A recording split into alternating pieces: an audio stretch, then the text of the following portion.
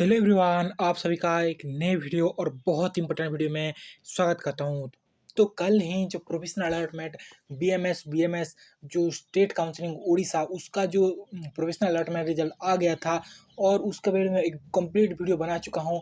Freeze float क्या होता है, उसके बाद क्या करना है, कौन से डॉक्यूमेंट रिक्वायर्ड है, तो बात किया था। उस वीडियो नहीं देखा तो जाकर देखिए। इस वीडियो में हम क्या करने वाले हैं तो पहले आपको बता देता हूँ। हम इस वीडियो में जो प्रोफेशनल अलॉटमेंट डेट कौन से कॉलेज में कितने टाइम और कितना टाइम में आपको जाकर रिपोर्टिंग करना है, कौन से डॉक्यूमेंट लेकर जाना है, फ्रीज प्लॉट में और डिटेल बात करेंगे। तो वीडियो को अंत तक जरूर देखना, बिना स्किप हुए एक एक बात को नदी के साथ समझते रहिए। तो बहुत इंपॉर्टेंट वीडियो है, तो वीडियो को अंत तक जरूर देखना। वीडियो अच्छे तो लाइक कर देना, चैनल को जरूर सब्सक्राइब करना और पास में जो ऑल नोटिफिकेशन बटन है उसको दबा देना, किसी को नए वीडियो आए तो आपके पास जल्द से जल्द पहुंच सके। तो चलिए वीडियो को शुरू करते हैं। तो पहले क्या है, शेड्यूल और instruction of provisional allotment to BMS first round of counselling का है।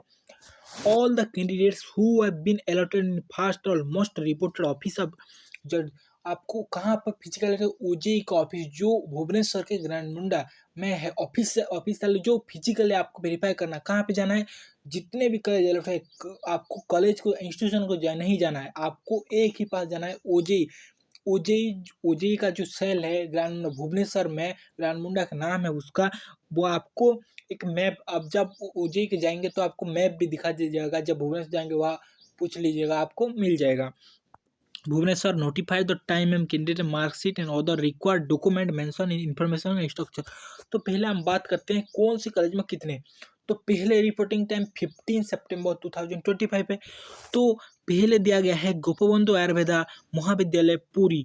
पहला जो काउंसलिंग रिपोर्टिंग टाइम है, इसको देखकर आप क्या समझेंगे, आपका इफ आपका गोपाबंधु आयुर्वेदा मेडिकल कॉलेज पूरी अलर्ट हुआ है तो आपको 15 सितंबर 2025 में 10 या 11 बजे आपको पहले आपको पहुंचे 10 से 11 बजे आपका डॉक्यूमेंट वेरीफाई का शुरू हो चुका होगा। तो आपको 10 बजे से पहले ही पहुंच जाना है और उससे आप बिना टाइम वेस्ट किया आपका वहां पर फिजिकल डॉक्यूमेंट वेरिफिकेशन करेंगे और एडमिशन हो जाएगा। एडमिशन फी पे करेंगे और हो जाएगा। उसके बाद सेम डेज बट टाइम अलग हो गया, government Ayurveda college Balangir. That means जब गोपाबंधु आयुर्वेदा मेडिकल कॉलेज पूरी का खत्म हो जाएगा तब बलांगीर का शुरू हो जाएगा। तो आपको थोड़ा भी डिले किया तो दूसरी कॉलेज का स्टार्ट हो जाएगा, आपका पेंडिंग में रह जाएगा। तो एडमिशन भी आपका सीट भी हो सकता है। आप तो जब टाइम दिया गया है 1 घंटे का, तो आपको 1 घंटे टाइम से पहले ही आपको 10 बजे से पहले ही आपको गोपाबंधु आयुर्वेदा पूरी पहुंच जाना है और बलांगीर में 11 बजे से पहले पहुंच जाना है। उसके बाद सेम डेट में देखिए 15 में 1 2 3 4 5 5 कॉलेज का है और तो आपको एक घंटा टाइम दिया गया है और अलग अलग कॉलेज, तो आपको टाइम से पहले ही पहुंच जाना है। उसके बाद जिस स्टूडेंट का भी कभी त्रिपाठी शर्मा आयुर्वेदिक कॉलेज जो केयर्स केयर्स में जो है, ये सब बी एम एस पहले BMS है, उसके बाद BHMS है। केयर्स का दिया गया है 12 से 1 बजे से। उसके बाद देखिए आप Shri Ayurveda college research institute Bargarh में 2 से 3 बजे से। उसके बाद श्री श्री कॉलेज SSN जो कहा जाता है श्री श्री आयुर्वेदा रिसर्च हॉस्पिटल श्री विद्या जो कटक में है, वो दिया गया है 3 से 4 बजे तक।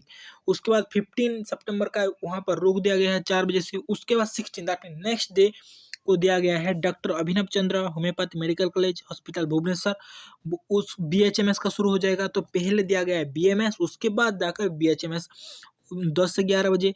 उसके बाद Utkalmani homeopath medical college hospital वहाँ पर 11 से 12 बजे। उसके बाद Orissa college of homeopath research Sambalpur 12 से 1 बजे। बिजू पटनायक वहाँ पर 2 से 3 बजे दिया गया है। तो आपको इस टाइमिंग से पहले जिस कॉलेज के अलॉट हुआ है उस जो टाइमिंग दिया है उससे पहले ही पहुंच जाना है और आपको जब शुरू होगा वहाँ पर आपको प्रेजेंट रहना है। जब आपका अलॉटमेंट रैंक लिस्ट आएगा तो आपको वहाँ पर देखना। देखिए हम वेन्यू दिया गया है ओजेई ऑफिस ग्रांड गंडा मुंडा भुवनेश्वर, तो आपको वहां पर पहुंचना है। अब आया बहुत सारे डॉक्यूमेंट, क्या क्या डॉक्यूमेंट लेकर जाना है, क्या क्या इंस्ट्रक्शन दिया गया है और विलिंगनेस में क्या दे फी तो बनाया। तो अब बात करते हैं फ्रीज और फ्लोट।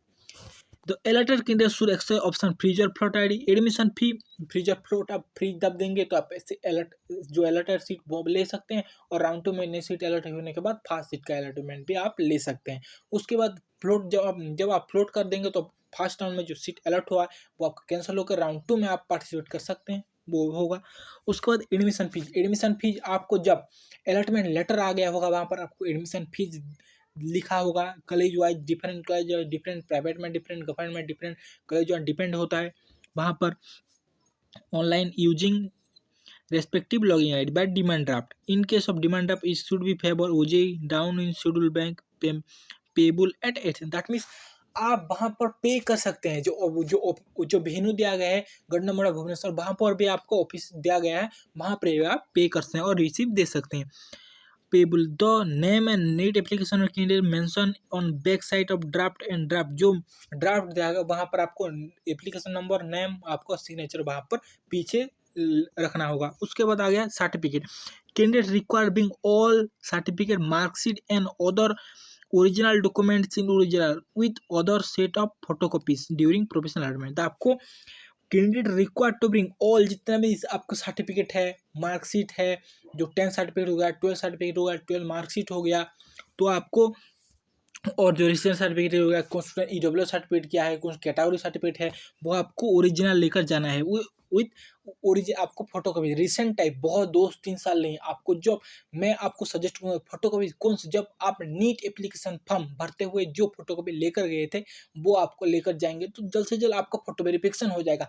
बहुत सारे स्टूडेंट को क्या होता है, फोटो वेरिफिकेशन में बहुत सारा प्रॉब्लम आता है, तो आप फोटो वेरिफिकेशन का प्रॉब्लम खत्म करने के लिए आप वहाँ पर जो नीट एप्लीकेशन फॉर्म भरते हुए जो फोटोकॉपी यूज किए थे वो आप लेकर जा सकते हैं, जल्द से जल्द फोटो वेरिफिकेशन आएगा। उसके बाद क्या लेकर जाना है, उसके बाद आपको डिपॉजिट और receipt, admission precept submission, native certificate, CLC original, जो कॉलेज लिविंग सर्टिफिकेट, जो आपका कॉलेज जब 12th में आप पास आउट होंगे तो आपको सीएलसी दिया गया, वो आपको ओरिजिनल लेकर जाना है। तो आप ओरिजिनल वहाँ पर दे देंगे, वो कैंसिल किया जाएगा वहाँ पर। उसके बाद आपको नेटिव सर्टिफिकेट, जो डोमिसाइल रेसिडेंस सर्टिफिकेट हो गया, ईडब्ल्यू सर्टिफिकेट, एसटीएस सर्टिफिकेट, वो आपको लेकर जाना है ओरिजिनल में। All candidate to receive professional admin letter from the OJE along with acknowledge of submitted document। आपको जो डॉक्यूमेंट वेरीफाई करेंगे पे तो आपको सीट अलॉटमेंट लेटर, वो आपको सीट अलॉटमेंट लेटर भी लेकर जाना है, जो प्रिंट करेंगे आप। उसके बाद हो गया either candidate along or with their his or parents should come with a demand draft if not paid by online and all necessary document due schedule as per the complete formalities। आप ये क्या किया, आप अकेला भी जा सकते हैं, और अच्छा होगा आपके पेरेंट के साथ जा सकते हैं।